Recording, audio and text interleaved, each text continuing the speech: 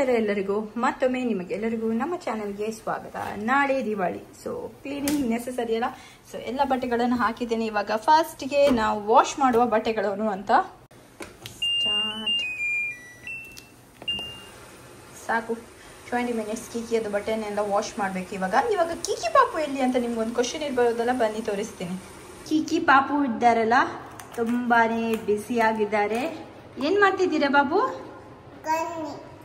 ರಂಗೋಲಿ ಹಾಕ್ತಾ ಇದ್ದಾರೆ. ರಂಗೋಲಿ ತುಂಬ ಬ್ಯುಸಿ ಆಗಿದ್ದಾರೆ. ಇದೆಲ್ಲ ನೋಡಿ, ನಿನ್ನೆ ಹಾಕಿದ ರಂಗೋಲಿಯನ್ನೆಲ್ಲ ಛಿದ್ರ ಮಾಡಿ ನಾವಿವಾಗ ಹೊಸ ರಂಗೋಲಿ ಹಾಕ್ತಾ ಇದ್ದೇವೆ. ನಮ್ಮ ಮನೆಗೆ ಹೊಸ ಆರ್ಟಿಸ್ಟೇ ಬಂದಿದ್ದಾರೆ. ಇವರ ಹಾಕುವ ರಂಗೋಲಿಗೆ ತುಂಬ ಬೇಡಿಕೆ ಉಂಟು. ಎಲ್ಲ ಕಲರ್ಗಳನ್ನು ಹಾಕಿ, ಅಯ್ಯೋ ಒಂದೊಂದು ಕಲರ್ಗೆ ಎಷ್ಟು ರೂಪಾಯಿ ಉಂಟಿಲ್ಲಿ, 50 ರೂಪಾಯಿ ತನಕ ಒಂದೊಂದು ಡಬ್ಬಗೆ ಉಂಟು. ಇವರೆಲ್ಲ ನನ್ನ 100 ರೂಪಾಯಿಯನ್ನು ಹೀಗೆ ನೆಲದ ಮೇಲೆ ಹಾಕಿ ಎಲ್ಲ ವೇಸ್ಟ್ ಮಾಡಿಬಿಟ್ಟಿದ್ದಾರೆ. ಅತ್ತೆ ಬಾಬಾ, ಯಶೋದೆ, ಶೋಮಿ, ವಾವ್ ಚಂದ ಮಾಡಿದ್ದಾಳೆ ನನ್ನ ಬಾಬಾ. ವೆರಿ ನೈಸ್ ಬಂಗಾರ. ಈ ಕಡೆ ಲಕ್ಷ್ಮಿ ಇದ್ದಾರೆ, ಲಕ್ಷ್ಮಿ ಮಾಡ್ತಾ ಇದ್ದಾರೆ.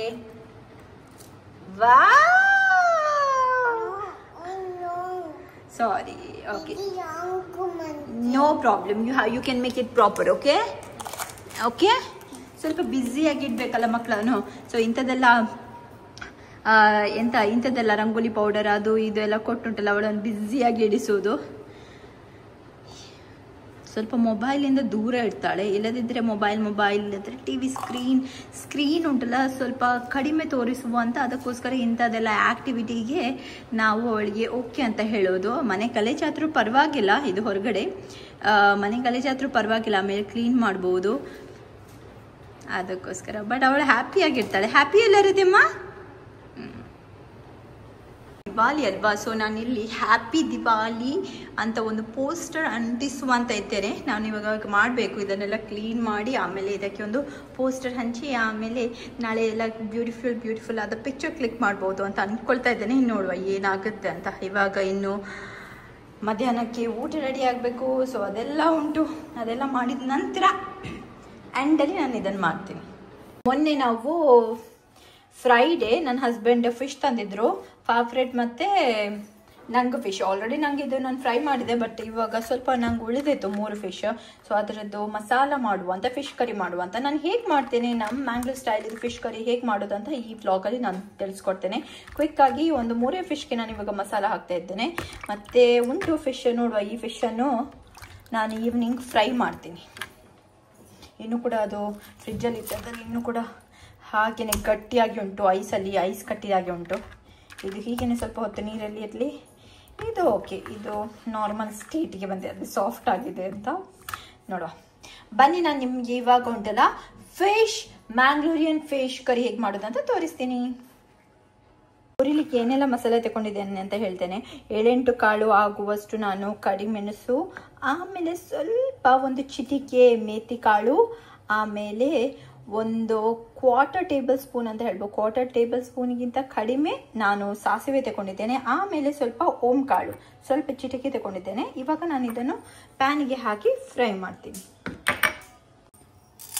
ಪ್ಯಾನ್ ಆಲ್ರೆಡಿ ಬಿಸಿ ಉಂಟು. ಇದು ಸಾಸಿವೆ ಇದು ಉಂಟಲ್ಲ, ಸೌಂಡ್ ಬರುತ್ತೆ ಅಲ್ಲ, ಒಡೆಯುವ ಸೌಂಡ್, ಆವಾಗ ನೀವು ಸ್ಟಾಪ್ ಮಾಡಿದರೆ ಸಾಕು.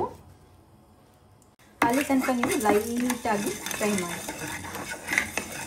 ಸಾಸಿವೆ ಒಡೆಯುವ ಸೌಂಡ್ ಕೇಳುತ್ತಲ್ಲ, ಆವಾಗ ಸ್ಟಾಪ್ ಮಾಡಿ. ಆಲ್ರೆಡಿ ನೋಡಿ ಪಟ ಅಂತ ಒಡೆಯುವ ಸೌಂಡ್ ಬಂದಿದೆ. ಹಾಗೇನೆ ಮೇಥಿ ಕಾಳಿದು ಬಣ್ಣ ಕೂಡ ಚೇಂಜ್ ಆಗಿದೆ. ಓಕೆ, ಇವಾಗ ನಾನು ಸ್ಟಾಪ್ ಮಾಡಿ ಮೆಣಸು ಉಂಟಲ್ಲ, ಅದನ್ನು ಸ್ವಲ್ಪ ಲೈಟಾಗಿ ಫ್ರೈ ಮಾಡ್ತೀನಿ. ಒಂದು 7 ಮೆಣಸು ಹಾಕಿದ್ದೇನೆ. ಇದು ತುಂಬ ಖಾರ ಕೂಡ ಇಲ್ಲ ಇಲ್ಲಿದು ಮೆಣಸು. 1 2 3 4 5 6 7 ಕರೆಕ್ಟ್ ಹೇಳಿದ್ದೇನೆ. ಒಂದು ಮುಷ್ಟಿಯಷ್ಟು ನಾನು ಮೆಣಸು ಹಾಕಿದ್ದು, ಅದರಲ್ಲಿ 7 ಮೆಣಸು ಬಂದಿದೆ.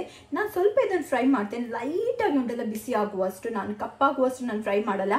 ಯಾಕೆಂದರೆ ಕಪ್ಪಾದರೆ ಉಂಟಲ್ಲ ನಮ್ಮದು ಕರಿ ಸ್ವಲ್ಪ ಕಹಿ ಆಗುತ್ತೆ. ಅದಕ್ಕೋಸ್ಕರ ಇದಕ್ಕೆ ನಾನು ಸ್ವಲ್ಪ ಕರಿಬೇವು ಕೂಡ ಹಾಕ್ತೀನಿ.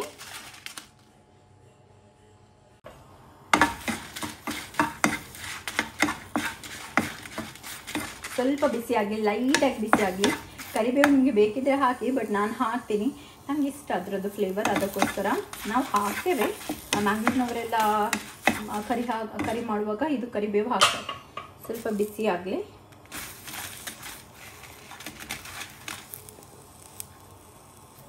ಫ್ರೈ ಮಾಡದೆ ಉಂಟಲ್ಲ ನಾನು ತಗೊಂಡ ಐಟಮ್ ಕೊತ್ತಂಬರಿ ಬೀಜ ಹಾಗೂ ಜೀರಿಗೆ. ನಾನು 1.5 ಟೇಬಲ್ ಸ್ಪೂನ್ ಆಫ್ ಕೊತ್ತಂಬರಿ ಬೀಜ ತಗೊಂಡಿದ್ದೇನೆ, ಒಂದು ಅರ್ಧ ಟೇಬಲ್ ಸ್ಪೂನ್ ಅಷ್ಟು ಜೀರಿಗೆ ತಗೊಂಡಿದ್ದೇನೆ, 7 ರಿಂದ 8 ಎಸಳು ಬೆಳ್ಳುಳ್ಳಿ, ಅರ್ಧ ನೀರುಳ್ಳಿ, ಆಮೇಲೆ ಒಂದು ಲೆಮನ್ ಸೈಜ್ನಷ್ಟು ದೊಡ್ಡದುಂಟಲ್ಲ ನಾನು ಹುಣಸೆ ಹಣ್ಣು ತಗೊಂಡಿದ್ದೇನೆ. ಅದು ಹುಣಸೆ ಹಣ್ಣಿನ ರಸ ನೀವು ಕಿವುಚ್ಬೋದು, ನಾನು ಡೈರೆಕ್ಟಾಗಿ ಹಾಕ್ತೇನೆ, ನನಗೆ ಕಿವುಚೋದಂದ್ರೆ ಇಷ್ಟ ಆಗೋದಿಲ್ಲ, ಅದಕ್ಕೋಸ್ಕರ ಇದೆಲ್ಲ ಇಂಗ್ರೀಡಿಯೆಂಟ್ಸನ್ನು ಇವಾಗ ನಾನು ಸಣ್ಣದಾಗಿ ಉಂಟಲ್ಲ ನಾನು ಕಡಿತೇನೆ. ಅಂದರೆ ಮಿಕ್ಸಿಗೆ ಹಾಕಿ ಸಣ್ಣದಾಗಿ ಪೇಸ್ಟ್ ಮಾಡಬೇಕು, ನೈಸಾಗಿ ಪೇಸ್ಟ್ ಆಗಿ ಮಾಡಬೇಕು. ಬನ್ನಿ ಮಿಕ್ಸಲ್ಲಿ ಪೇಸ್ಟ್ ಆದ್ಮೇಲೆ ನಾನು ನಿಮಗೆ ತೋರಿಸ್ತೇನೆ ಎಷ್ಟು ಸಣ್ಣದಾಗಿ ಪೇಸ್ಟ್ ಆಗಬೇಕು ಅಂತ. ನಾವಿವಾಗ ಸ್ವಲ್ಪ ಮಾಸ್ಟರ್ ಶೆಫ್ ಲೆವೆಲ್ಗೆ ಹೋಗಿದ್ದೇವಲ್ಲ, ಹಾಗಾಗಿ ನಾವು ಕೈ ಅಳತೆಯಲ್ಲಿ ಇಂಗ್ರೀಡಿಯೆಂಟ್ ಅನ್ನೆಲ್ಲ ಹಾಕೋದು. ಅಮ್ಮನವರೆಲ್ಲ ತುಂಬಾನೇ ಎಕ್ಸ್ಪರ್ಟ್ ಇದ್ದಾರೆ ಅದರಲ್ಲಿ, ಕೈ ಅಳತೆಯಲ್ಲಿ ಇಂಗ್ರೀಡಿಯೆಂಟ್ ಹಾಕಿದೆ. ಇಷ್ಟು ಮೆಣಸು, ಇಷ್ಟು ಕೊತ್ತಂಬರಿ, ಇಷ್ಟು ಜೀರಿಗೆ ನಿಮಗೆ ಗೊತ್ತಿರ್ಬೋದು. ಆದರೆ ನಾನು ಸ್ವಲ್ಪ ನಂಗೆ ಗೊತ್ತುಂಟು ಇವಾಗ ಎಷ್ಟೆಷ್ಟು ಅಂತ, ಬಟ್ ನಾನು ನಿಮಗೆ ಮೆಷರ್ಮೆಂಟ್ ಹೇಳಿದ್ದೇನೆ, ಅದೇ ರೀತಿಯಲ್ಲಿ ಮಾಡಿ ಖಂಡಿತವಾಗ್ಲೂ ಒಳ್ಳೇದಾಗುತ್ತೆ. ಟ್ರೈ ಮಾಡಿ ಒಮ್ಮೆ. ನಾನಿವಾಗ ಸಣ್ಣದಾಗಿ ಇದನ್ನು ಮಿಕ್ಸಿಯಲ್ಲಿ ಪೇಸ್ಟ್ ಮಾಡಿ ಆಮೇಲೆ ನಿಮಗೆ ತೋರಿಸ್ತೇನೆ. ಮೇನ್ ಇಂಗ್ರೀಡಿಯೆಂಟ್ ನಾನು ನಿಮಗೆ ಹೇಳಲಿಕ್ಕೆ ಮರ್ತೋದೆ, ಅದು ತೆಂಗಿನಕಾಯಿ. ತೆಂಗಿನ ತುರಿಯನ್ನು ಕೂಡ ನಾನು ಫಸ್ಟಿಗೆ ಏನು ಮಾಡ್ತೇನೆ, ಅದೆಲ್ಲ ಇಂಗ್ರೀಡಿಯೆಂಟನ್ನು ಸಣ್ಣದಾಗಿ ಉಂಟಲ್ಲಿ ಪೌಡರ್ ಮಾಡ್ತೇನೆ, ಆಮೇಲೆ ನಾನು ತೆಂಗಿನಕಾಯಿ ಹಾಕಿ ಉಂಟಲ್ಲಿ 2 ಕಪ್ ನೀರು ಹಾಕಿ ಪೇಸ್ಟ್ ಮಾಡ್ತೇನೆ. ನಾನಲ್ಲಿ ಅಡಿಗೆ ಮಾಡ್ತಾ ಇದ್ರೆ ನನ್ನ ಪಾಪು ಇಲ್ಲಿ ನೋಡಿ ಮೊಟ್ಟೆಯನ್ನು ಒಡೆದಾಕಿದ್ದಾಳೆ. ಇದೊಂದು ನಿಮಗೆ ಕಿಚನ್ ಹ್ಯಾಕ್ ಅಂತೆಲ್ಲ ಅನ್ಕೊಳ್ಳಿ. ಏನಾದರೂ ಹೀಗೆ ಮೊಟ್ಟೆ ಒಡೆದು ಹೋದ್ರೆ ಉಂಟಲ್ಲ, ನೀವು ಯಾವುದಾದ್ರೂ ಹಿಟ್ಟಿದ್ರೆ ಮನೆಯಲ್ಲಿ, ಇದು ನಂದು ಮೈದಾ ಹಿಟ್ಟು, ಹಾಗಾಗಿ ಇದನ್ನು ನಾನು ಹಾಕ್ತಾ ಇದ್ದೇನೆ. ಎಲ್ಲ ಹಿಟ್ಟು ಉಂಟಲ್ಲ ನಿಮಗೆ ಈಸಿ ಆಗುತ್ತೆ ಕ್ಲೀನ್ ಮಾಡಲಿಕ್ಕೆ, ಸ್ಮೆಲ್ ಕೂಡ ಅಷ್ಟೊಂದು ಉಳಿಯುವುದಿಲ್ಲ, ಆಮೇಲೆ ನೀವು ವೈಪ್ ಔಟ್ ಮಾಡ್ಬೋದು. ನಾನು ಮೈದಾ ಹಿಟ್ಟು ಹಾಕ್ತಾ ಇದ್ದೇನೆ, ಇದರಲ್ಲಿ ಸ್ಮೆಲ್ ಎಲ್ಲ ಅಷ್ಟೊಂದೆಲ್ಲ ಉಳಿಯುವುದಿಲ್ಲ. ಮತ್ತು ಇದು ಸ್ವಲ್ಪ ಹೊತ್ತು ಹೀಗೇನೆ ಇರಲಿ, ಅದು ಸೋಕ್ ಆಗುತ್ತೆ, ಅಂದರೆ ಎಲ್ಲ ಅದು ಲಿಕ್ವಿಡ್ ಅಂಶ ಉಂಟಲ್ಲ ಅದೆಲ್ಲ ಎಳೀತದೆ, ಆಮೇಲೆ ನೀವು ಆರಾಮ್ಸೆ ಕ್ಲೀನ್ ಮಾಡ್ಬೋದು. ಮತ್ತೆ ನೀವು ಈಸಿಲಿ ಕ್ಲೀನ್ ಮಾಡ್ಬೋದು. ಇದನ್ನು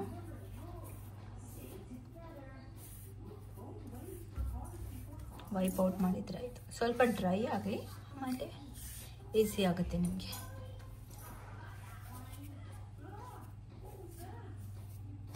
ಇಲ್ಲದಿದ್ರೆ ನಿಮ್ಮ ಮನೆಯಲ್ಲಿ ಉಂಟಲ್ಲ ಬ್ರೆಡ್ ಇದ್ರೆ ಉಂಟಲ್ಲ, ಬ್ರೆಡ್ ಅಲ್ಲಿ ಕೂಡ ಇದನ್ನು ನೀವು ಕ್ಲೀನ್ ಮಾಡ್ಬೋದು. ಎಷ್ಟೊಂದು ಈಸಿಯಲ್ಲಿ ಕ್ಲೀನ್ ಮಾಡದೆ, ಏನು ಚಿಪ್ಪ ಕೂಡ ಇಲ್ಲ, ಏನಿಲ್ಲ, ತುಂಬಾನೇ ಈಸಿಯಲ್ಲಿ ಕ್ಲೀನ್ ಮಾಡ್ಬೋದು, ಟೆನ್ಷನೇ ಇಲ್ಲ. ಸ್ಮೆಲ್ ಕೂಡ ಬರೋದಿಲ್ಲ ನಿಮ್ದನ್ನೆಲ್ಲ, ಈಸಿಯಲ್ಲಿ ಕ್ಲೀನ್ ಆಗುತ್ತೆ. ಟ್ರೈ ಮಾಡಿ. ಅದಕ್ಕಂತ ನೀವು ಎಗ್ಗನ್ನು ಒಡಿಬೇಡಿ ಸುಮ್ಮನೆ ನೆಲಕ್ಕೆ. ನಿಮ್ಮ ಮಕ್ಕಳು ಮಿಸ್ಟೇಕ್ ಆಗಿ ಎಗ್ ಮೀನು ಒಡೆದು ಹಾಕಿದ್ರೆ ಹೀಗೆ ಮಾಡಿ. ಇದೊಂದು ಬೆಸ್ಟ್ ಕಿಚನ್ ಹ್ಯಾಕ್.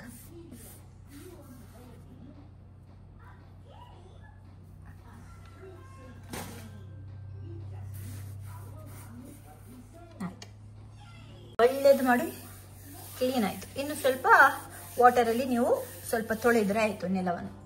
ವಾಟರಲ್ಲಿ ಸ್ವಲ್ಪ ತೊಳೆಯೋದು ಬೇಡ, ವಾಟರಲ್ಲಿ ನೆಲ ಒರೆಸಿದ್ರೆ ಆಯ್ತು, ಕ್ಲೀನ್ ಆಯ್ತು. ಸ್ಮೆಲ್ ಏನು ಇರುವುದಿಲ್ಲ ಈ ನೆಲದ ಮೇಲೆ. ಇವಾಗ ಮಣ್ಣಿನ ಪಾತ್ರೆಯನ್ನು ನಾನು ತಗೊಂಡದ್ದು ಲುಲುವಲ್ಲಿ, ಚಂದ ಉಂಟು, ಒಳ್ಳೇದುಂಟು. ಈ ಮೀನ್ ಮಾಡ್ಲಿಕ್ಕೆ, ಚಿಕನ್ ಮಾಡ್ಲಿಕ್ಕೆ ಎಲ್ಲ ಇದು ಬೆಸ್ಟ್. ಇದರಲ್ಲಿ ಟೇಸ್ಟ್ ಕೂಡ ಸಖತ್ತಾಗಿ ಬರುತ್ತೆ. ಅವರಿದು ಫೀಲ್ ಇರುವುದಿಲ್ಲ ಮೀನ್ ಪದಾರ್ಥ ಮಾಡುವಾಗ, ಬಟ್ ಇದರಲ್ಲಿ ಮಾಡಿದಾಗ ಉಂಟು ಸ್ವಲ್ಪ ಆದರೂ ಟೇಸ್ಟ್ ಬರುತ್ತೆ. ಊರಿದ್ದು ಹೀಗೆ ಮಣ್ಣಿನ ಪಾತ್ರೆಯಲ್ಲಿ ಮಾಡಿದ ಟೇಸ್ಟ್ ಬರುತ್ತಲ್ಲ, ಗಸಿಯದು ಟೇಸ್ಟ್ ತುಂಬಾ ಚೆನ್ನಾಗಿರುತ್ತೆ. ಸೊ ನಾನು ಇವಾಗ ಮಿಕ್ಸಿಯಲ್ಲಿ ಮಸಾಲ ರೆಡಿ ಆಗಿದೆ, ಸಣ್ಣದಾಗಿ ಪೇಸ್ಟ್ ಮಾಡಿ ರೆಡಿ ಆಗಿದೆ.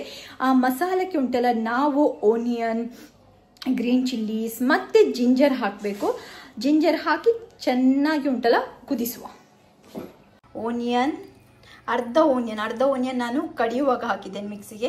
ಅರ್ಧ ಓನಿಯನ್ ಮತ್ತು ಗ್ರೀನ್ ಚಿಲ್ಲೀಸ್, ಆಮೇಲೆ ಸಣ್ಣಗೇನು ಹೆಚ್ಚಲಿಲ್ಲ, ಬಟ್ ಇದು ಜಿಂಜರ್ ಶುಂಠಿ ಎಲ್ಲ ಹಾಕಿ ಇವಾಗ ಆ ರಸದ ಜೊತೆಗೆ ಕುದಿಸುವ.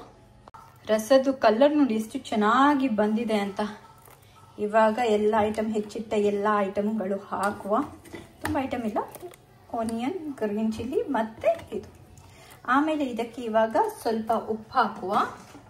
ಉಪ್ಪು ನಾನು ಯೂಸ್ ಮಾಡೋದು ಕಲ್ಲುಪ್ಪು ನೋಡಿ, ಕಲ್ಲುಪ್ಪು. ಇದು ಕೂಡ ನಮಗೆ ಲೂಲುವಲ್ಲಿ ಸಿಗುತ್ತೆ. ಲೂಲು ಅಲ್ಲದೆ ಸೂಪರ್ ಮಾರ್ಕೆಟ್, ಯಾವುದಾದ್ರೂ ಇಂಡಿಯನ್ ಸೂಪರ್ ಮಾರ್ಕೆಟಲ್ಲಿ ಸಿಗುತ್ತೆ. ಸ್ವಲ್ಪ ರುಚಿಗೆ ತಕ್ಕಷ್ಟು ಕಲ್ಲುಪ್ಪು ಹಾಕ್ತೇನೆ. ನಾನು ಕಡಿಯುವಾಗ ಹಾಕ್ಬೋದು, ಇಲ್ಲದಿದ್ರೆ ಇವಾಗ ಹಾಕ್ಬೋದು. ನಾನು ಇವಾಗ ಟರ್ಮರಿಕ್ ಹಾಕ್ತೇನೆ, ಸ್ವಲ್ಪ ಟರ್ಮರಿಕ್ ಹಾಕ್ತಾ ಇದ್ದೇನೆ. ಇದನ್ನು ಇವಾಗ ಗ್ಯಾಸ್ ಆನ್ ಮಾಡಿ ಕುದಿಸುವ. ರಸ ಚೆನ್ನಾಗಿ ಕುದಿದಿದೆ. ಇವಾಗ ಮೀನು ಹಾಕುವ. ಮೆಲ್ಲ ಮೆಲ್ಲ ಹಾಕಿ. ಮೀನಿಗೆ ನೋವಾಗ್ತದೆ ಅಂತಲ್ಲ, ಇದು ತುಂಬ ಸಾಫ್ಟ್ ಫಿಶ್ ಅಲ್ಲ, ಅದಕ್ಕೋಸ್ಕರ ಮೆಲ್ಲ ಮೆಲ್ಲ ಹಾಕಿ. ಹಾಗೆಯೇ ರಸ ಎಲ್ಲ ಕೈಗೆ ಚೆಲ್ಲಬಾರ್ದಲ್ಲ, ಅದಕ್ಕೋಸ್ಕರ. ಸೊ ಫಿಶ್ ಹಾಕಿದ ಮೇಲೆ ನೀವು ಗ್ಯಾಸನ್ನು ಸ್ವಲ್ಪ ಸಿಮ್ಮಲ್ಲಿ ಇಟ್ಟು ಸ್ವಲ್ಪ ಒಂದು 5 to 7 minutes ತನಕ ಉಂಟಲ್ಲ ಹೀಗೆ ಕುದೀಲಿ. ಆಮೇಲೆ ಕೊತ್ತಂಬರಿ ಹಾಕಿದ ಮೇಲೆ ನಮ್ಮ ಫಿಶ್ ಕರಿ ರೆಡಿ ಆಗುತ್ತೆ. ಓಕೆ, ಫಿಶ್ ಇವಾಗ ಚೆನ್ನಾಗಿ ಬೆಂದಿದೆ. ಇವಾಗ ಎಂಡಲ್ಲಿ ಗಾರ್ನಿಷ್ಗೆ ನಾವು ಕೊತ್ತಂಬರಿ ಸೊಪ್ಪು ಹಾಕುವ. ಸೊ ಫಿಶ್ ರೆಡಿಯಾಗಿದೆ, ನಮ್ಮದು ಅನ್ನ ಕೂಡ ರೆಡಿಯಾಗಿದೆ. ಕೀಕಿಗೆ ತುಂಬ ಹಂಗ್ರಿ ಆಗಿದೆ ಅಂತೆ, ಸೊ ಅವಳಿಗೆ ಫಸ್ಟ್ ಊಟ ಮಾಡಿಸ್ತೇನೆ. ಆಮೇಲೆ ನೆಕ್ಸ್ಟ್ ನಮಗೆ ದಿವಾಲಿ ಡೆಕೋರೇಷನ್ ಎಲ್ಲ ಮಾಡಬೇಕಲ್ಲ, ಅದೆಲ್ಲ ನಾನು ನಿಮಗೆ ತೋರಿಸ್ತೇನೆ.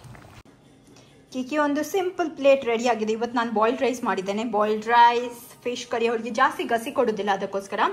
ಆಮೇಲೆ ಕುಕುಂಬರ್. ಇದು simple plate. Kiki, you are hungry? Yes, Kiki hungry ಇದ್ದಾರೆ. ಅವ್ರು ಬನ್ನಿ, ಅವರಿಗೆ ಊಟ ಮಾಡಿಸುವ. ಇವತ್ತೇನ ರಂಗೋಲಿ ತುಂಬಾನೇ ಸಿಂಪಲ್ ಆಗಿ ನಾನು ಅಕ್ಕಿ ಹಿಟ್ಟನ್ನು ಯೂಸ್ ಮಾಡಿ ಹೀಗೆ ಫ್ಲವರ್ಸ್, ಹಾಗೆಯೇ ಸ್ವಲ್ಪ ಫ್ಲವರ್ ಬಿಡಿಸಿದ್ದು ಓಮ್ ಫ್ಲವರ್ ರಂಗೋಲಿ. ಸಿಂಪಲ್ ಆದ ರಂಗೋಲಿ. ನನಗೆ ಹ್ಯಾಪಿ ದಿವಾಲಿ ಅಂತ ಈ ಪೇಪರ್ಸಲ್ಲಿ ಮಾಡಲಿಕ್ಕೆ ಉಂಟು. ಸೊ ನಾನು ಪೇಪರನ್ನು ಕಟ್ ಮಾಡಿದೆ. ನಾನು ಲಾಸ್ಟ್ ಟೈಮ್ ಕ್ರೇಪ್ ಪೇಪರ್ ತಂದಿದ್ದೆ. ಇದರಲ್ಲಿ ನಾನು ಫ್ಲವರ್ಸ್ ಮಾಡಲಿಕ್ಕೆ ಅದು ಪೇಪರ್ ಉಳಿದಿತ್ತು. ಸೊ ನಾನಿವಾಗ ಒಂದೊಂದು ಲೆಟರ್ಸ್ ಬರೆದು HAPPY ದೀಪಾವಳಿ ಬರೀಬೇಕು. ಅದು ತುಂಬ ದೊಡ್ಡದಾಯ್ತಲ್ಲ, ಅದಕ್ಕೋಸ್ಕರ ನಾನು ದಿವಾಲಿ ಅಂತ ಬರಿತಾ ಇದ್ದೇನೆ. ನೋಡುವ, ಮಾಡಿದ ಮೇಲೆ ನಾನು ನಿಮಗೆ ತೋರಿಸ್ತೇನೆ. ಫೈನಲಿ ಹ್ಯಾಪಿ ದಿವಾಲಿ ಅಂತ ಒಂದು ಸಿಂಪಲ್ ಆಗಿ ಮಾಡಿದ್ದೆ. ಇನ್ನೂ ಕೂಡ ಇದಕ್ಕೆ ಡೆಕೋರೇಷನ್ ಮಾಡಬೇಕು, ಅದು ನಾಳೆ ಮಾಡ್ತೀನಿ.